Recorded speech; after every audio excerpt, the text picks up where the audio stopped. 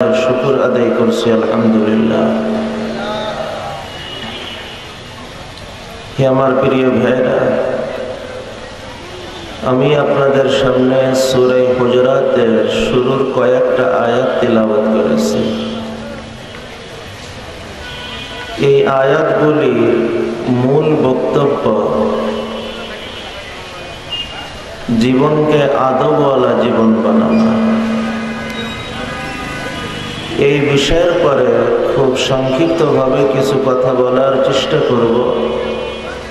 আল্লাহ কথাগুলি আমাদের সকলের উপকারী কথা হিসেবে কবুল করেন। হে আমার প্রিয় ভাইয়েরা, আদব, ভদ্রতা, ছোট্ট শব্দ, কপাল খোলার শব্দ। আদব ছোট্ট শব্দ, ভাগ্যের দরওয়াজা খোলার শব্দ।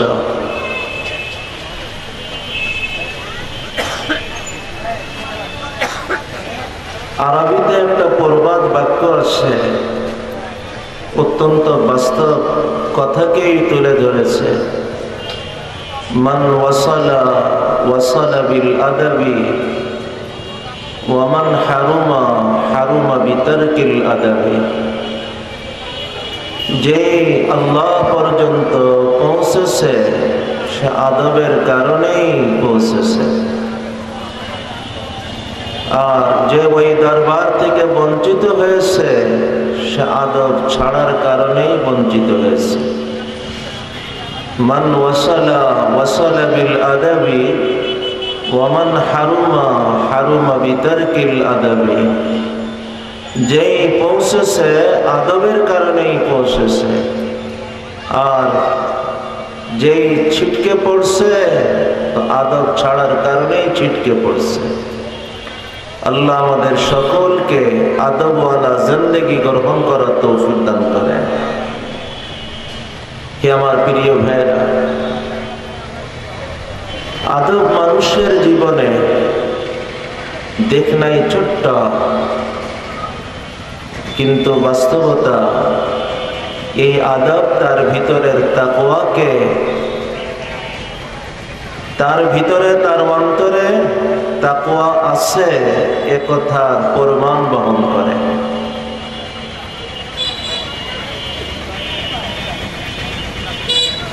ইতিহাসের পরে যদি আমরা চোখ ঘোরাই, একটা না, ডজন না, শত শত না, অসংখ্য অসংখ্য ঘটনা সামনে আসতে থাকে যে ছোট্ট ছোট্ট আদবের কারণে আল্লাহ তাআলা মানুষের কপাল কিভাবে খুলছেন, আদবের কারণে মানুষের জীবন কিভাবে আল্লাহ তাআলা তার গন্তব্যে পৌঁছিয়েছেন।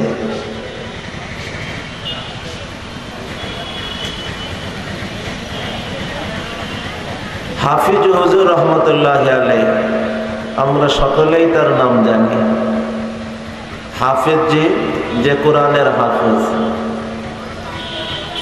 আজকের বাংলাদেশে হযরত হাফিজ হুজুর রহমতুল্লাহ আলাইহি থেকে পর্যন্ত সময়ের ভিতরে হাজার হাজার না, লক্ষের উপরে হাফিজ। এত হাজার হাজার লক্ষাধিক বলেন লক্ষ লক্ষ হাফিজে কোরআনের মধ্যে যখন শুধু বলা হয় হাফিজ জি, তো আমাদের কাছে এক হাফিজ জি সামনে এসে যায়। অথচ কোরআনের হাফিজ জি তো একজন ছিলেন না, হাজার হাজার হাফেজ না, লক্ষ লক্ষ হাফেজে কোরআন। কিন্তু হাফিজ জি বললে সবার সামনে এক কোরআনের হাফেজ, হাফিজ জি হুজুর হযরত মাওলানা মুহাম্মদুল্লাহ হাফিজ জি হুজুর রহমতুল্লাহ আলাইহি এসে যায়। মানুষ হযরত হাফিজ জি হুজুরকে জানে, কিন্তু হাফিজ জি হুজুর কেন বলছেন সেই ঘটনা হয়তো খুব কম মানুষ জানে।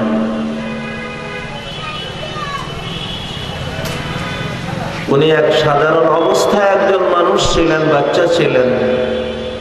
একটা কাগজের পরে আরবি লেখা দেখলেন, বিসমিল্লাহির রহমানির রহিম লেখা ছিল। আরবি লেখা কাগজ ময়লার ভিতরে পড়ে আছে। বাচ্চা মোহাম্মদুল্লাহ, তার কাছে এটা কষ্ট হলো। বড় যত্নের সাথে ওই আরবি লেখা বিসমিল্লাহির রহমানির রহিম লেখা কাগজটা উঠাইলেন, পরিষ্কার করলেন, আতর মাখাইলেন, ঘরের খুব সুন্দর জায়গায় সম্মানিত অবস্থায় রেখে দিলেন।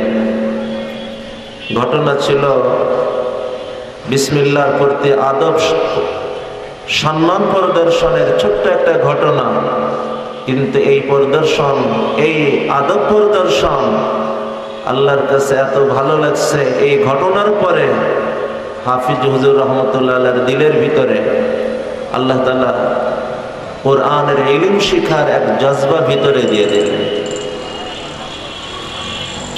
কোরআন শেখার জন্য মন স্থির করলেন। কোরআন ভালো, ওই সময় হিন্দুস্তান পানিপথে তখন কোরআনের হিফজের সব থেকে প্রসিদ্ধ জায়গা ছিল।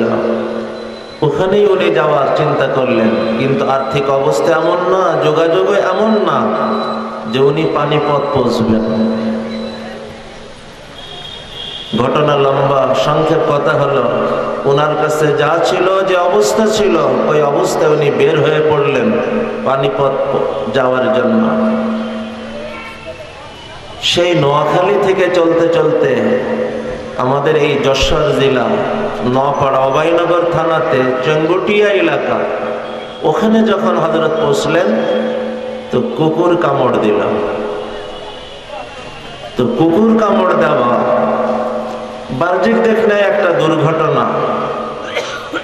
ছোট বাচ্চা কুকুর কামড়িয়েছে, আশপাশের মানুষ জড়ো হলো, কে বাচ্চা, পরিচয় কি, ঠিকানা কি, ঘটনা কি।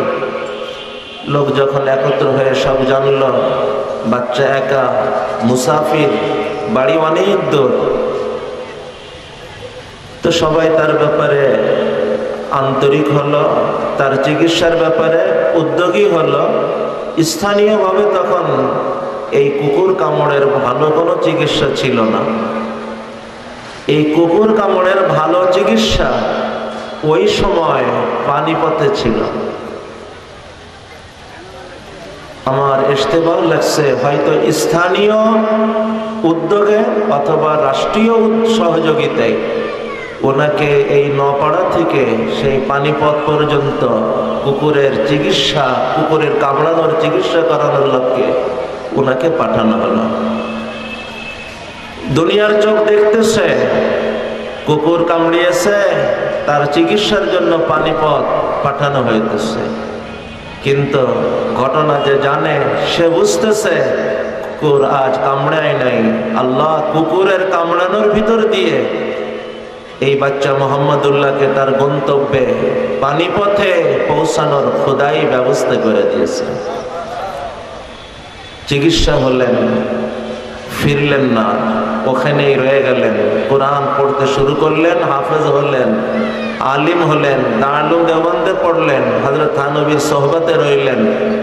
এরপর বাংলার জমিনে ওই বাচ্চা মোহাম্মদুল্লাহ, আল্লাহ যুগের সেরা বুজুর্গ,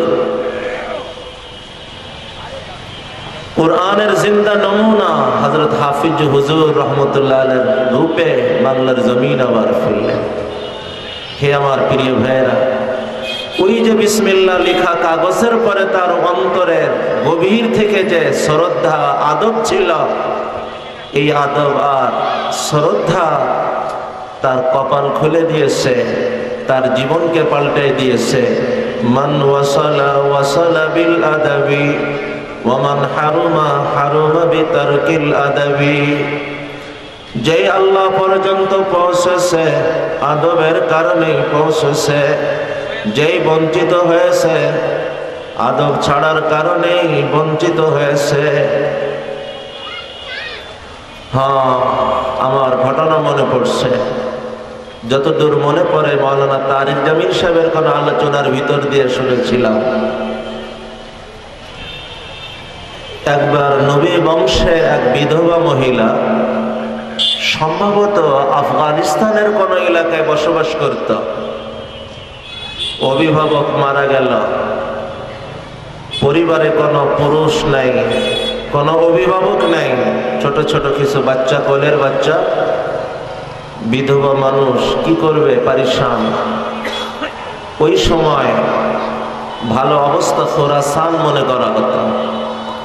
চিন্তা করলেন যাই খোরাসানের দিকে, আল্লাহ কোনো রিজিকের ব্যবস্থা করেন কিনা। খোরাসানে পৌঁছে উনি খোঁজ নিলেন এখানে বড় ব্যবসায়ী কে কে আছে।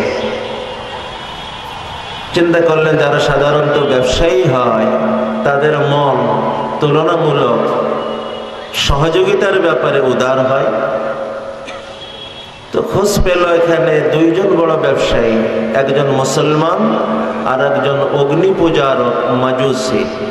মাজুসি বলা হয় অগ্নি পূজারকদেরকে। তো একজন মুসলিম ব্যবসায়ী আর একজন অগ্নি পূজারক মাজুসি বড় ব্যবসায়ী, এই দুইজনের সন্ধান পেলেন।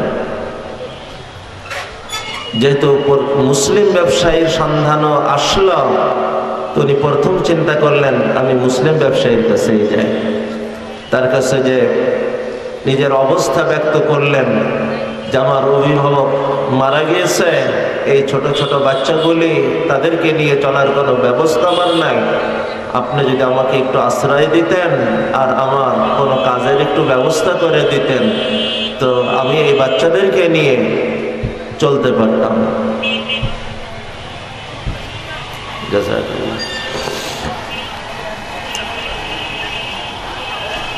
তো মুসলমান ব্যবসায়ী এই কথা শুনে সমাজে যখন 10 বার মন্দ অবস্থা দেখে তো তার দিল অনেক সময় ভুল সিদ্ধান্ত নিয়ে ফেলে। মানুষ বলে যখন চুন খেয়ে গাল পড়ে তো দই দেখলেও নাকি ভয় লাগে। তো সমাজে অনেক ঠকবাজ থাকে, মনে করেছে হয়তো এও তাদের মতন একজন হবে।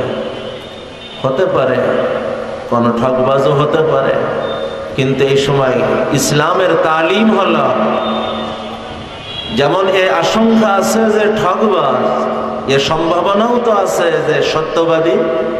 অতএব দোনোপাশকে বিবেচনায় রেখেই তোমার কথা বলা উচিত, তোমার সিদ্ধান্ত নেওয়া উচিত। তো লোকটা এক পাশকে চিন্তা করে যে সমাজে এই ধরনের বহু ঠকবাজ আছে, সে বলে উঠছে আরে কতজন কত রকম কথা শোনায়, তুমি যে সত্যই নবী।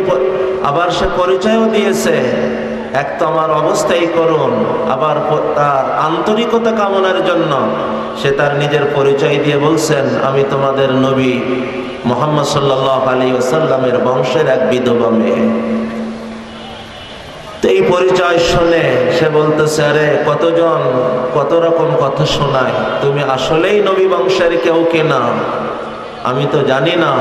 তুমি আগে তোমার এই বক্তব্যের পক্ষে প্রমাণ পেশ করো, এরপর আমি তোমার বিষয়টা ভাবব। বিধবা, বিদেশে, তার চেনার জানার কেউ নাই, সে প্রমাণ কিভাবে পেশ করবে? কোন জায়গা যখন ওখানে পেল না, নিরুপায় হয়ে অগ্নি পূজার সেই মাজুসির কাছে সে উপস্থিত হলাম। যে বলতেছে একই কথা শোনাইলাম, এই অবস্থা আমার, আমি নবী বংশে বিধবা এক কন্যা, আজ আমার এই করুণ অবস্থা, আপনি যদি আমাকে একটু ঠাঁই দেন। কিছু মানুষ থাকে জন্মগতভাবে তার ভিতরে উদারতা এবং ভদ্রতা, যখন ভিন্ন ধর্মের কোন বড় বংশের পরিচয় পেয়েছে তার ভিতরের ওই মানবতা, ওই ভদ্রতা জেগে উঠছে। সে বলছে আচ্ছা কোনো অসুবিধা নাই, আমার তো অনেক ঘর খালি আছে, থাকতে লাগো, আর দেখি কোনো ব্যবস্থা করা যায় কিনা। এ তো ঘটনা ঘটল। রাত হলো, মুসলিম ব্যবসায়ী স্বপ্ন দেখে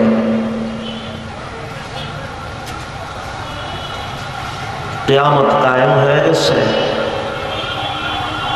সে ময়দানে মাহশারে ঘুরতেছে, ঘুরতে ঘুরতে মনে হইতেছে তার ধারণাতে কোন সুন্দর এক বাগিচার ভিতরে ঢুকছে। অনেক সুন্দর নজর কাড়া এক আলিশান বিল্ডিং, আরে বড় চমৎকার বিল্ডিং, বড় দিলকাড়া বিল্ডিং। ওদিকে সামনে বাড়ছে, মেন গেটে ওখানে একজন বুজুর্গ চেহারার লোক বসে আছেন। তার কাছে যে জিজ্ঞাসা করলেন, এত সুন্দর বিল্ডিং কাদের জন্য? তো এই নুরানি চেহারার বুজুর্গ উত্তর দিলেন, ইমানদারদের জন্য এই বিল্ডিং আল্লাহ তৈরি করছেন। যখন শুনছে ইমানদারদের জন্য, তো সে খুশি হয়ে বলতেছে, আমিও তো ইমানদার, আমি ঢুকতে চাই, আমাকে একটু ঢোকার সুযোগ করে দেন।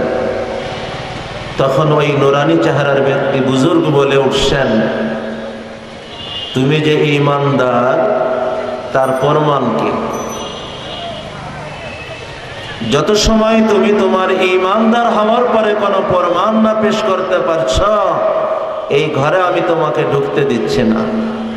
আজ আমার বংশের এক বিধবা করুণ এক অবস্থার মধ্যে তোমার কাছে একটু আশ্রয় নেওয়ার জন্য হাজির হয়েছিল, তুমি তার প্রমাণ না পাওয়া পর্যন্ত যেমন তাকে আশ্রয় দিতে পারো নাই, এই তোমার ঈমানের প্রমাণ না দেওয়া পর্যন্ত আমিও তোমাকে এই ঘরে ঢুকতে দিব না। যখন এই কথা বলছে আমার বংশের এক বিধবা মেয়ে, তো পরিষ্কার বুঝে আসছে না এখন ওই নুরানি চেহারার হুজুর যে গেটে বসে আছেন কে তিনি? সরকারে দো আলম মোহাম্মদ আরবি সাল্লাল্লাহু আলাইহি ওয়াসাল্লাম। ঘুম ভাঙছে, শরীরের মধ্যে কম্পন শুরু হয়েছে, কি করলাম কি করলাম কি করলাম।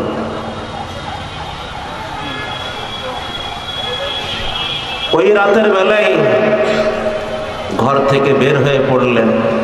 কোথায় গেল সেই বিধবা পরিবার? কোথায় তাদেরকে খুঁজে পাওয়া যায়?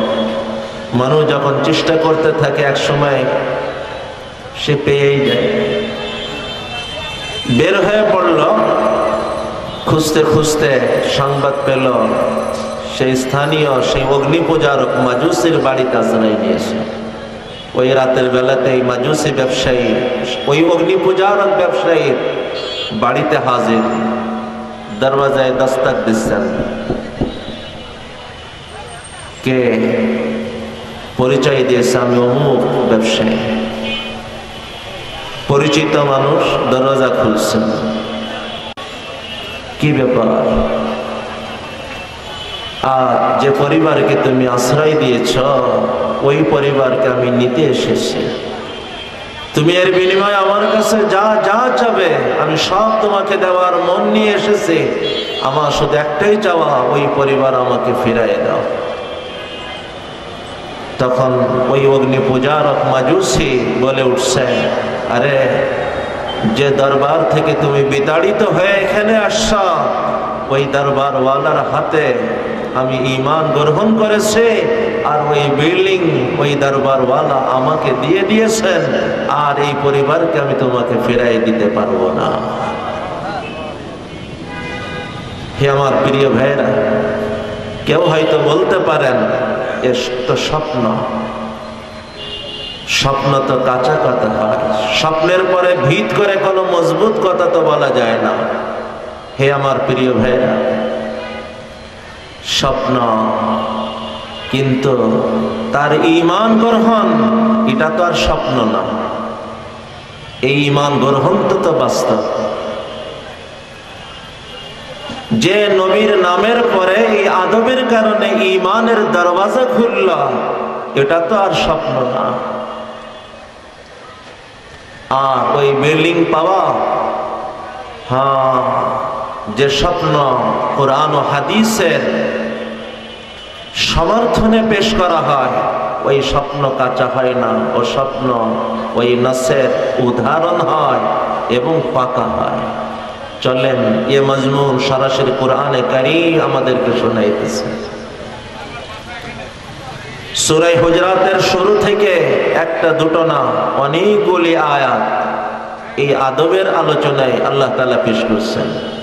ইয়া আইয়ুহাল্লাযীনা আমানু, হে ঈমানওয়ালারা, লা তুকদ্দিমু বাইনা ইয়াদাইল্লাহি ওয়া রাসূলিহি, আল্লাহ এবং তার রাসূলের আগে বেড়ে কিছু করো না। ঘটনা ঘটেছিল, বনু তামিম থেকে কিছু লোক আসছে, নবীজির পক্ষ থেকে তাদের জিম্মাদার কাকে বানানো হবে। নবীজি সাল্লাল্লাহু আলাইহি ওয়াসাল্লাম এখন এই বিষয়ে জানতে চান নাই, কিন্তু হযরত আবু বকর সিদ্দিক এবং হযরত ওমর ফারুক রাদিয়াল্লাহু আনহু নিজেরা এই ব্যাপারে নিজেদের খেয়াল দেওয়া শুরু করছেন, এবং পরস্পরের খেয়াল দিতে যে পরস্পরের কথা, যুক্তি, তর্ক, এক পর্যায়ে তাদের গলার আওয়াজ বেড়ে গেছে। তো প্রথম হলো চাওয়া ছাড়া, জিজ্ঞাসা ছাড়া নবীজির সামনে আগে বেড়ে কথা বলা। হযরত সিদ্দিক আকবর রাদিয়াল্লাহু আনহু, হযরতে ওমর ফারুক রাদিয়াল্লাহু আনহু, জলিলুল কদর এই দুই শাইখাইন রাদিয়াল্লাহু আনহুমা, তাদেরকে সামনে রেখে কোরআনে কারীম এই ভঙ্গিমায় কথা বলতেছেন, আল্লাহ এবং তার রাসূলের সামনে বেড়ে যেও না। তোমাকে যত সময় না জিজ্ঞানো হয়, নিজের পক্ষ থেকে কেন কথা বলতে শুরু করো?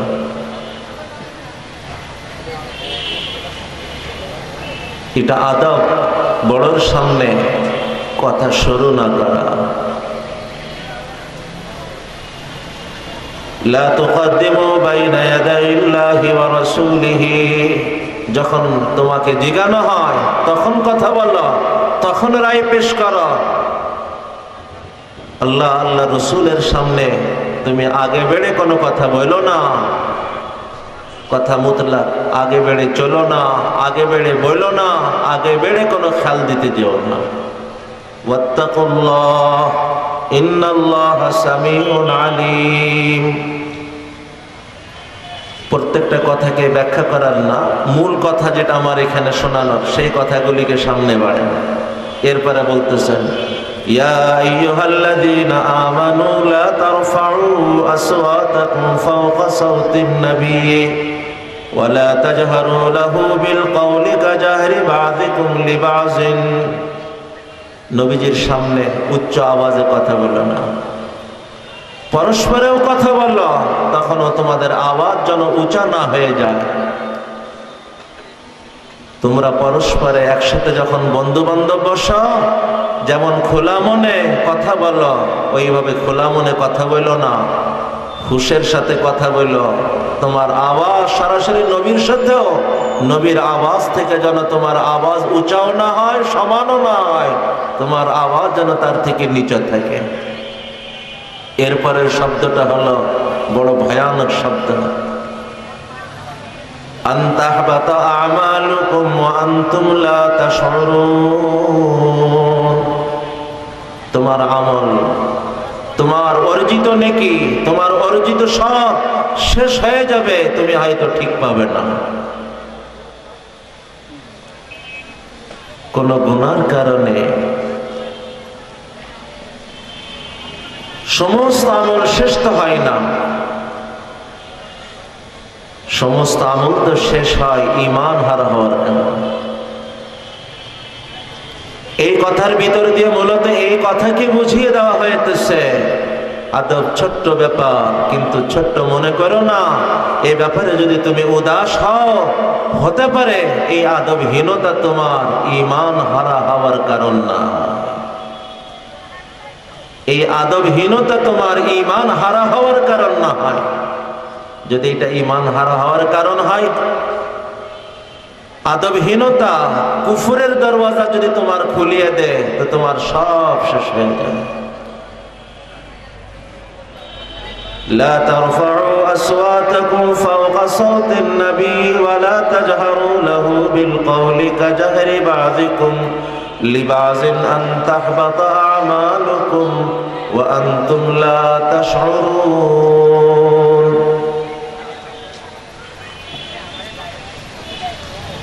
এরপরের আয়াত কি জানো?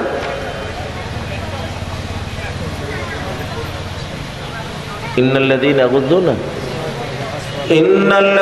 ইয়াগুযযুনা আসওয়াতাহুম ইনদা রাসূলিল্লাহ।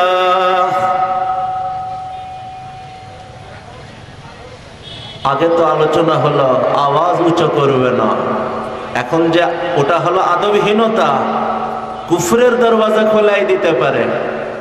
এবার আদব, ইন্নাল্লাযীনা ইয়াগুযযুনা আসওয়াতাহুম ইনদা রাসূলিল্লাহ, যারা রাসূলের সামনে তার আওয়াজকে নিচু রাখে, নিচু আওয়াজে কথা বলে, আদবের সাথে কথা বলে, তাদের ব্যাপারে এবার কোরআন বলতেছে উলাইকাল্লাযীনা ইমতাহানাল্লাহু কুলুবাহুম লিত্তাকওয়া, উলাইকাল্লাযীনা ইমতাহানাল্লাহু কুলুবাহুম লিত্তাকওয়া লাহুম মাগফিরাতুন ওয়া আজরুন আযীম।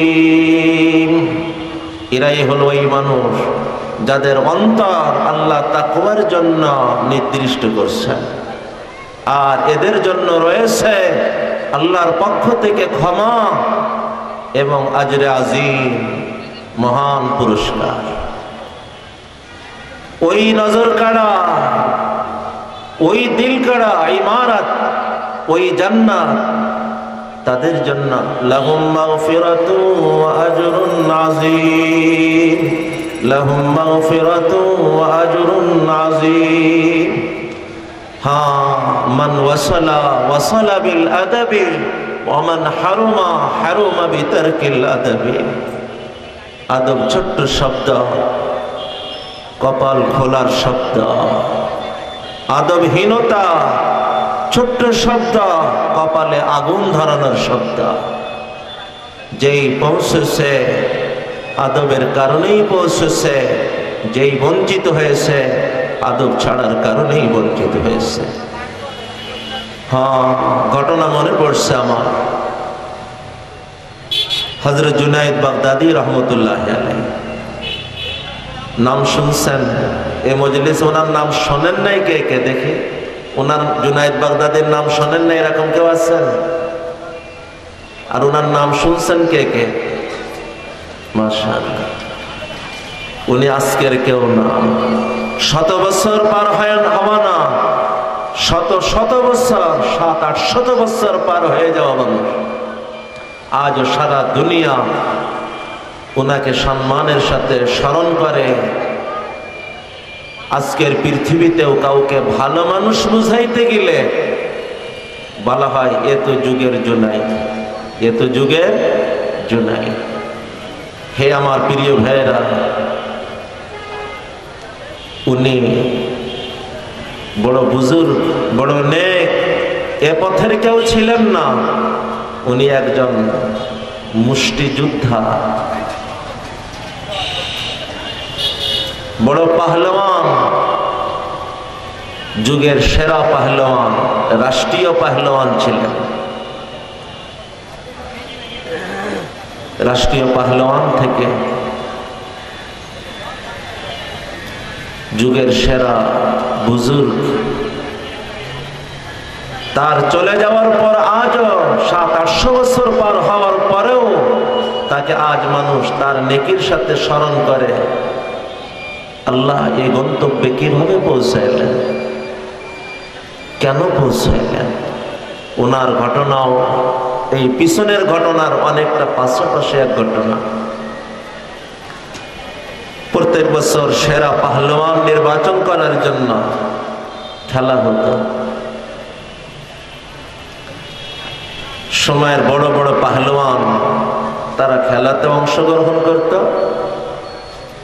শেষ দিকে যখন জুনায়েদ মাঠে নামত, তো দর্শক সবাই বুঝতে এখন খেলা শেষ, কারণ জুনায়েদের মতন পাহলওয়ানের সামনে দাঁড়ানোর আর কেউ আছে বলে ওই সময় মনে করা হতো না। এটাই কয়েক বছরের ধারাবাহিক অবস্থা। এবারও সেরা পাহলওয়ান নির্বাচন করার খেলা শুরু হলো। এক একজন আসে, প্রতিপক্ষের সাথে খেলা হয়, একজন হারে একজন জেতে। সে যখন ময়দানে আবার আওয়াজ দেয়, আসো কেউ আমাকে হারানোর মতো, তো কোনো হিম্মতওয়ালা সামনে বাড়ে। এভাবে চলতে চলতে চলতে চলতে শেষ জুনাইদ মাঠে নামছে। সবার ধারণা আজকের মতন খেলা এখানেই শেষ হয়ে যাবে। প্রতিপক্ষকে হারায় ঘোষণা দিতে হয়, তাই ঘোষণা দিল। আসো কেউ আমি জুনাইদকে হারানোর হিম্মত রাখে? সবাই জানে কেউ আর বের হওয়ার না, খেলা শেষ। কিন্তু ঘটনা দেখা গেল এক বৃদ্ধ ঠিক মতন হাঁটতেও পারে না। এই বৃদ্ধ সামনে বাড়ছে, বের বলতেছেন আমি জুনাইদের সাথে মুষ্টিযুদ্ধ করতে চাই, আমি তার সাথে লড়তে চাই। মানুষ অবাক, আরে কি মাথা খারাপ হয়েছে? যুগের সেরা পাহলওয়ান জুনাইদ, যার নামের পরে বড় বড় পাহলওয়ানরাও কাঁপে, আর তাকে হারানোর জন্য, তার সাথে লড়ার জন্য কোন এক বৃদ্ধ মানুষ বলে যে এক ধাক্কা দিলে মক্কায় চলে যায়। ভাই এই শব্দটা আমার কাছে এই স্থানে বড় অপছন্দ লাগে, কারণ ধাক্কা দিলে মক্কায় চলে যাওয়া এ তো সৌভাগ্যের ধাক্কা। এমন ধাক্কা তো জীবনে বারবার পেতে মন চায়। আল্লাহ আমাদের জীবনে এমন বারবার ধাক্কা মেলান যে ধাক্কায় মক্কায় পৌঁছে যায়। আল্লাহ কবুল করে।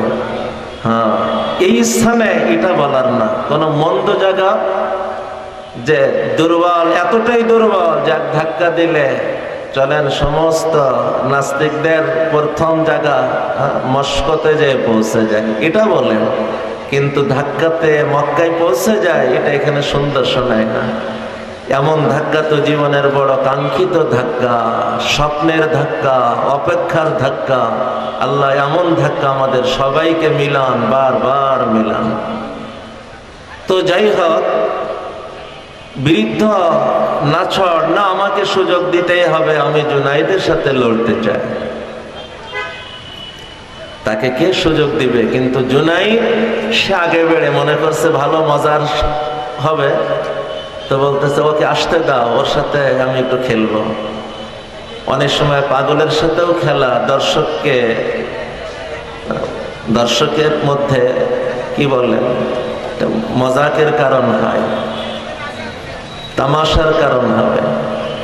যাই হোক, যখন কুস্তি লড়তে তারা মুখোমুখি, তখন বৃদ্ধ জুনাইদের কানে কানে মুখ নিয়ে বলতেছেন, জুনাইদ আমি তোমাকে চিনি না এমন না, খুব খেয়াল করেন। জুনাইদ তুমি যে যুগের সেরা পাহলওয়ান আমিও জানি, তোমার সাথে লড়ার কোনো হিম্মত বাহাদুরদের নাই, সেখানে আমার মতন বৃদ্ধ কোনো প্রশ্নই আসে না।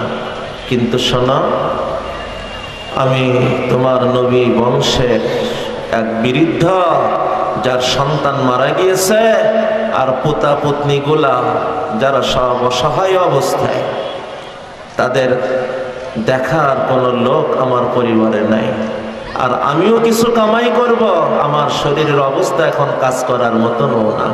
জুনাইদ তুমি যদি একটু ইচ্ছা করে হেরে যাও, তাহলে পুরস্কারের টাকাগুলি নিয়ে আমি আমার ওই ছোট ছোট এতিম নাতিগুলিকে পালার কোনো পরিবেশ করব, এই আশা নিয়ে আমি আসছি। হ্যাঁ, সময় বড় কঠিন ছিল, সময় বড় কঠিন ছিল। যুগের সেরা পাহলওয়ান বৃদ্ধের কাছে হেরে যাবে, কিন্তু আজ হযরত জুনাইদের কপাল খোলার দিন ছিল। আজ জুনাইদের কপাল খোলার দিন ছিল।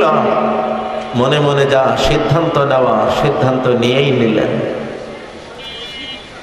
কিছু সময় মানুষ দেখানোর লড়লেন, এরপরে জুনাইদ ইচ্ছা করে হেরে গেলেন। অসম্ভব, এটা মেনে নেওয়া যায় না, কেউ মেনে নিতে প্রস্তুত না। অসম্ভব, এটা কিভাবে ঘটতে পারে? আবার আমরা খেলা দেখতে চাই, যদি এবার হারে তাহলে আমরা মানব। আচ্ছা, আবারও লড়া শুরু হলো। কিছু সময় মানুষ দেখানো লড়লেন, এরপরে জুনাইদ আবার ইচ্ছা করে হেরে গেলেন। চারিদিকের তিরস্কার, ভৎসনা, বন্ধু বান্ধব থেকে, পরিবার থেকে, রাষ্ট্রের পক্ষ থেকে। তুই হারবি না হারবি, এক বিরুদ্ধের কাছে হারলি। কিন্তু যে কথা জুনাইদ জানে, এ কথা তার কাউকে জানানোর না। চারিদিকের এই তিরস্কার আর ভৎসনাতে জর্জরিত অবস্থায় ঘুমিয়ে পড়ছে। রাত্রে সরকারে দো আলম মোহাম্মদ আরবি সাল্লাল্লাহু আলাইহি ওয়াসাল্লাম হাজির। জুনাইদ, আজ তুমি আমার নামের সম্মানে ইচ্ছা করে যে অপমান তুমি তোমার মাথার পরে নিয়েছ, সমস্ত মানুষের কাছে তুমি আজ অপমানিত হয়েছ আমার নামের পরে। আমি আল্লাহর কাছে দোয়া করি, আল্লাহ এই অপমানের বদৌলতে, এর বিনিময় কিয়ামত পর্যন্ত তোমাকে সম্মানিত জিন্দেগি দান করে। নবীজির এই দোয়া বৃথা যায় নাই। ওই দিন জুনাইদ যদি জিতত, প্রতি বছর সেরা পাহলওয়ান, কিছু সময় মানুষের প্রশংসা পায়, জুনাইদও পেত যেমন সে পিছনে পেয়েছে। এরপরে সবাই ভুলে যেত, যেমন আজ পর্যন্ত সমস্ত সেরা পাহলওয়ানকে দুনিয়া ভুলে গেছে। কে কয়জন পিছনের পাহলওয়ানকে মনে রাখছে, কিন্তু আল্লাহ হযরত জুনাইদকে ওই সম্মানিত জীবন দান করছেন। জুনাইদ তার জীবনের মোড় ঘুরছে, তার জীবন আখিরাতের পথে আল্লাহ কবুল করছেন। তো এমন কবুল করছেন, যুগের সেরা আল্লাহর ওলি বানিয়ে দিয়েছেন, যুগের সেরা ব্যক্তি বানিয়ে দিয়েছেন, যুগের সেরা সম্মানিত মানুষ বানিয়ে দিয়েছেন। তার চলে যাওয়া আজ শত বছর, 700-800 বছর পার হয়ে গেছে। আজও সারা দুনিয়া হযরত জুনাইদকে চেনে, আজও সারা দুনিয়া হযরত জুনাইদকে তার সম্মানের সাথে স্মরণ করে। আজ সারা দুনিয়া কোন মানুষকে যদি নেক মানুষ হিসেবে বুঝাইতে চায়, তো মানুষ বলে, আরে এ তো যুগের জুনাইদ, আরে এ তো যুগের জুনাইদ। মান ওয়াসালা বিল আদাবি ওয়া মান হারুমা বিতারকিল আদাবি। উলাইকা আল্লাযীনা ইমতাহানা আল্লাহু কুলুবাহুম লিত্তাকওয়া। উলাইকা আল্লাযীনা ইমতাহানা আল্লাহু কুলুবাহুম লিত্তাকওয়া লাহুম মাগফিরাতুন ওয়া আজরুন আযীম। আদব ছোট্ট শব্দ, কপাল খোলার শব্দ, ভাগ্যের দরওয়াজা খোলার শব্দ। যেই আল্লাহ পর্যন্ত পৌঁছেছে, আদবের কারণেই পৌঁছেছে। আজ শিক্ষা বাড়তেছে, কিন্তু আদব কমে যাইতেছে। আজ শিক্ষা বাড়ছে, ডিগ্রি বাড়ছে, পদ বাড়ছে, কিন্তু আদব কমছে, আদব কমতেছে, আদব হারাইতেছে। অথচ যে আল্লাহ পর্যন্ত পৌঁছেছে, আদবের কারণেই পৌঁছেছে। যেই বঞ্চিত হয়েছে, আদব ছাড়ার কারণেই বঞ্চিত হয়েছে। হে আমার প্রিয় ভাইয়েরা, আমার ঘটনা মনে পড়ছে। এসব ঘটনা কিন্তু এই আয়াতে কারিমার উদাহরণ। আমার ঘটনা মনে পড়ছে, ইমাম আহমদ বিন হাম্বল রহমতুল্লাহ আলাইহি, উনার সাথে একজন সাধারণ মানুষ, খুব মহব্বতের সম্পর্ক, সফরে হজরে অনেক সময় সাথে থাকতেন। একদিনের ঘটনা, সফরে আছেন, নামাজের সময়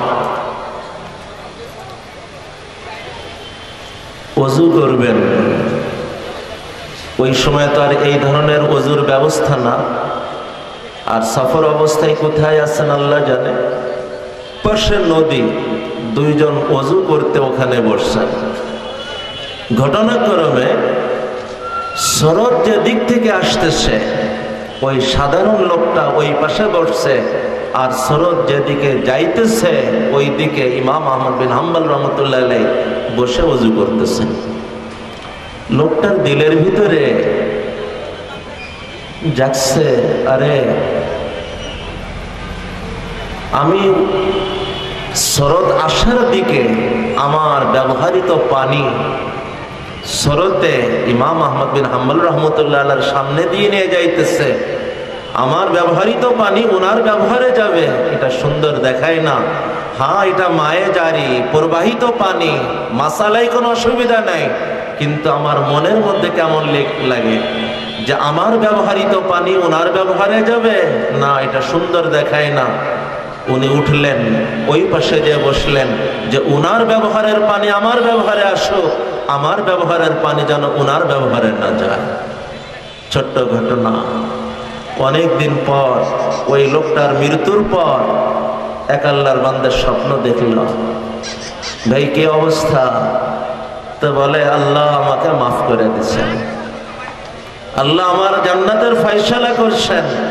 আর ওই দিনের ওই ঘটনা উল্লেখ করে যে ইমাম আহমদ বিন হাম্বল রহমতুল্লাহ আলাইকে ইলমের কারণে, নবীর ওয়ারিস হওয়ার কারণে আমি যে সম্মানের আচরণ করেছিলাম, আল্লাহ ওই সম্মান, ওই আদবের কারণে আল্লাহ আমার ক্ষমা করে দিয়েছেন, জান্নাতের ফয়সালা করে দিয়েছেন।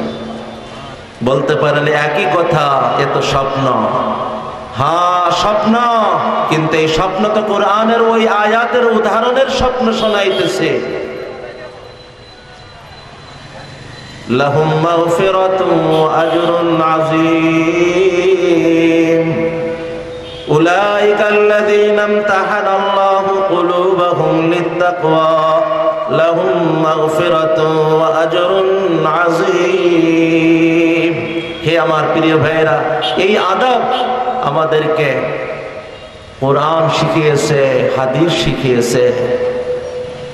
বাইতুল্লাহ নির্মাণ করেছেন হযরত ইব্রাহিম, হযরত ইসমাইল আলাইহিস সালাম, দুইজন একত্রিত হয়ে। কিন্তু কোরআন দেখেন এই ঘটনা যেখানে উল্লেখ করছে, শুধু হযরত ইব্রাহিম বড় পিতা, শুধু হযরত ইব্রাহিমের কথা উল্লেখ করছেন, আর হযরত ইসমাইল ওনার সাথে ছিলেন। وَإِذْ يَرْفَعُ إِبْرَاهِيمُ الْقَوَاعِدَ مِنَ الْبَيْتِ وَإِسْمَاعِيلُ আদব।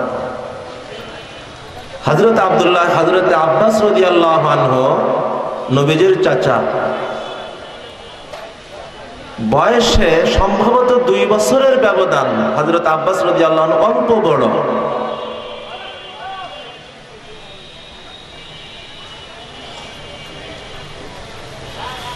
একবার ওনাকে জিজ্ঞাসা করা হলো, আপনি বড় না নবীজি বড়? আমার মতন গাফিল হলে বলতাম আমি বড়। এখানে জিজ্ঞাসার উদ্দেশ্যই হলো বয়সে কে বড়। কিন্তু কতটা সজাগ দৃষ্টি আদবের পরে সাথে সাথে বলে উঠছেন, সম্মান মর্যাদা সব কিছুতেই তো উনি বড়, বয়সে আমি একটু বড়, বয়সে আমি একটু বড়। উনি বড় আর আমি বয়সে আগে। এই আমাদের গরিবি আকাবিরের মধ্যে ফতোয়া মাহমুদিয়ার হযরত মুফতি আজম মুফতি মাহমুদ সাহেব রহমতুল্লাহ আলাইহ, উনি এবং হযরত মাওলানা মাসিউল্লাহ খান সাহেব রহমতুল্লাহ আলাইহ সাথী ভাই, একই ক্লাসের এবং বড় গভীর সম্পর্কে। আমাদের উস্তাদ হযরত মুফতি ইউসুফ শাহ হুজুর একদিন শোনাইতেছিলেন কি কথায়, আল্লাহ, হযরত মুফতি মাহমুদ সাহেব রহমতুল্লাহ আলাইহির কাছে কেউ এসে জিজ্ঞাসা করছেন যে হযরত আপনি বড় না মাসিউল্লাহ সাহেব বড়? তো ওই তাবির উনি এখানেও শোনাইছেন যে ভাই ইলম এবং বুজুর্গিতে তো উনি বড়, বয়সে আমি বড়, অথচ আল্লাহ জানেন কে বড়। আমাদের কাছে তো দুজন বড়। অনেকে এই আলোচনা করে যে তোমার হুজুর বড় না আমার হুজুর বড়, হযরত থানবী বড় না হযরত মাদানী বড়, চিশতিয়া সিলসিলার এই মঈনুদ্দিন চিশতি রহমতুল্লাহ আলাইহি বড় না কাদেরিয়া চিশতি তরিকার আব্দুল কাদের জিলানী রহমতুল্লাহ আলাইহি বড়? এসব আলোচনা হয় না। আমার এই ব্যাপারে এক বড়র কথা খুব দিলে লাগছে। আরে এর উত্তর তো এর দুটো উত্তর আপনাদেরকে শোনায়। এক নম্বর, আমার কাছে তো উভয় বড়, আমার প্রয়োজন যতটুক তা যে কোনো একজনের কাছেই পুরা হওয়ার মতো। আর হ্যাঁ, এই প্রসঙ্গে আমার ঘটনা মনে পড়ছে। একবার হাজি ইমদাদুল্লাহ মুহাজির মক্কি রহমতুল্লাহ আলাই থানা ভবনে, হযরত থানবীর আগে ও খানকা তো হযরত হাজি সাহেব রহমতুল্লাহ আলাইহির খানকা। তো হাজি সাহেব বসে আছেন এবং হাফেজ জামিল শহীদ রহমতুল্লাহ আলাইহ ওনার পীর ভাই উনি বসে আছেন। কিছু লোক আসছে, ইনার কাছে বায়াত হবে না ইনার কাছে বায়াত হবে। তো এসে নিজেরা ভাবতেছে যে ইনি বড় না উনি বড়। হাফেজ জামিল শহীদ রহমতুল্লাহ আলাইহ বড় সাহেবে কাশফ বুজুর্গ ছিলেন। উনি সাথে সাথে আল্লাহর পক্ষ থেকে যখন ওনার সামনে কথাটা এসে গেছে, উনি ধমক দিয়ে উঠছেন, নালায়েক, কে বড় এটা তোমার প্রয়োজন কি?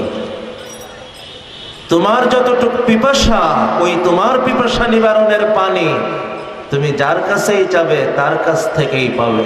তোমার পিপাসা নিবারণ করার মতন পানি উভয়ের কাছে আছে। এটা বেয়াদবি, এ চিন্তা করা, এ ভাবনা। আমার এক বুজুর্গের, এক আলিমের উত্তর বড় চমৎকার লাগছে যে ইনি বড় না ইনি বড়। উনি বলেন এর উত্তর তো সেই দিতে পারে যে এই দনোজন থেকেও অনেক বড়।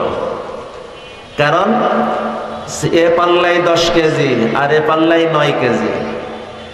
এই পাল্লা তো সেই উঠাইতে পারে যে 9 আর 10 19 কেজি উঠানোর মতন হাতে শক্তি রাখে। যে 10 আর 9 উভয়টাকে ওজন করার মতন শক্তি হাতে রাখে, সে উঠাই তুলে বলতে পারে এ পাশে 10 এ পাশে 9, এ পাশ ভারী এ পাশের তুলনায়। হ্যাঁ, চলেন আমি আদবের কিছু মৌলিক কথা বলতেছি, শাখা প্রশাখা হাজার হতে পারে। আদব আদব আদব। আজ আমি ভাবি কোন দিক দিয়ে আমি বড়, আমাকে মানুষ সম্মান করো না। আদব হলো আমি ভাবব আমি কোন দিক দিয়ে ছোট, আমার সামনে যিনি উনি আমার দিক দিয়ে, আমার থেকে কোন দিক দিয়ে বড়।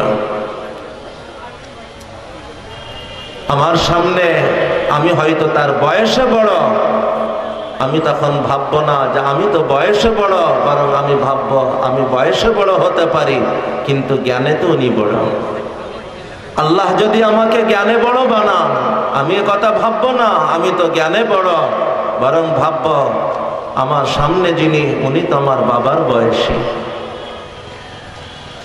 আমি পদে বড়, আমি কথা ভাববো না যে আমি পদে বড়, বরং ভাববো আমার সামনে যিনি উনি আমার থেকে কোন দিক দিয়ে বড়। হে আমার প্রিয় ভাইয়েরা, সময়ও শেষ। ছোট্ট আর একটা ঘটনা বলে আমার কথাকে শেষ করছি। এই ঘটনা না বলে আমার নয়। আমাদের উস্তাদ, দারুল দেওবন্দের উস্তাদ হযরত মাওলানা মুফতি ইউসুফ সাহেব তাওলভী দামাত বারাকাতুহু আমাদেরকে শোনাইতেছিলেন একবার ওনার খুব কাছের এক ছাত্র, তার আব্বা অসুস্থ হলো। কাছের মানুষ, এলাকাও খুব দূরের না। তো ছাত্রটাকে সাথে নিয়ে তার অসুস্থ বাবাকে দেখার জন্য উনি তার বাড়িতে উপস্থিত হলেন। অসুস্থ বাবা বিছানায় শুয়ে আছে।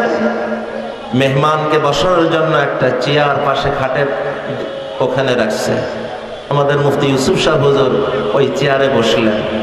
বাচ্চা কিছু সময় দাঁড়িয়ে থেকে ক্লান্ত বোধ করছে, তো খাটে যে আব্বা শুয়ে আছে পায়ের কাছে স্বাভাবিক জায়গাটা একটু বেশি হয়, তো ওই পায়ের কাছে যে ছেলেটা বসছে। খুব শোনার মতন ঘটনা, দিলের মধ্যে গেঁথে নেওয়ার মতন ঘটনা।